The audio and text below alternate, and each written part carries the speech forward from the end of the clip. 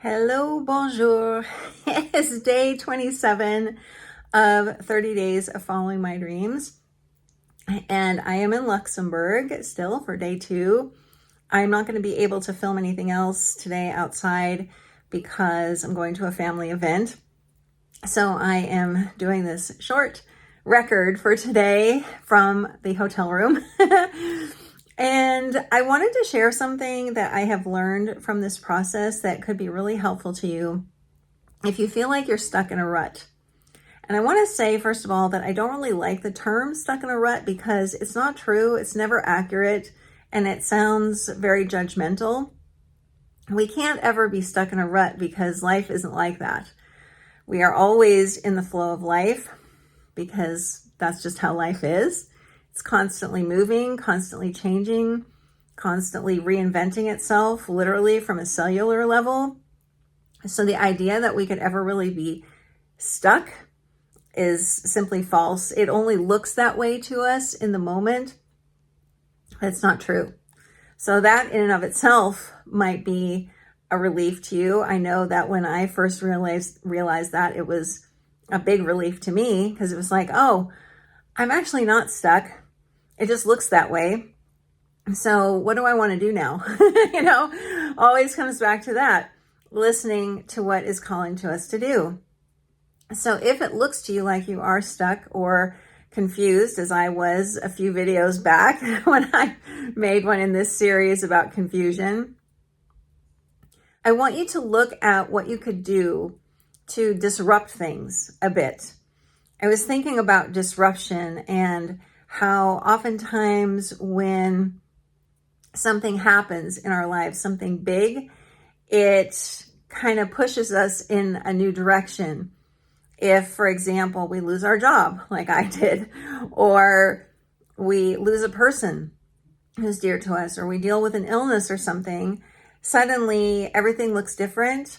We need to make different kinds of decisions. We do things differently oftentimes, but we don't want to wait for those huge life disruptions. Instead, it's better to take control now, to do something that is relatively small, even to break out of our routines. You don't have to do anything as major as I've been doing with these daily videos.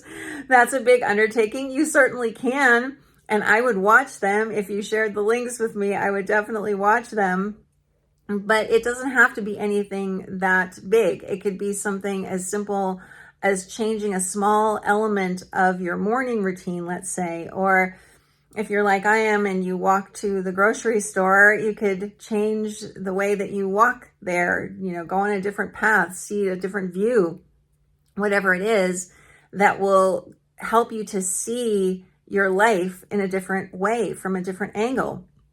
What I have found so interesting about this process of disrupting my routine is that it has not only helped me move forward in the things that I wanted to, especially the novel rewrite and working on my French, but it has brought breakthroughs in other things.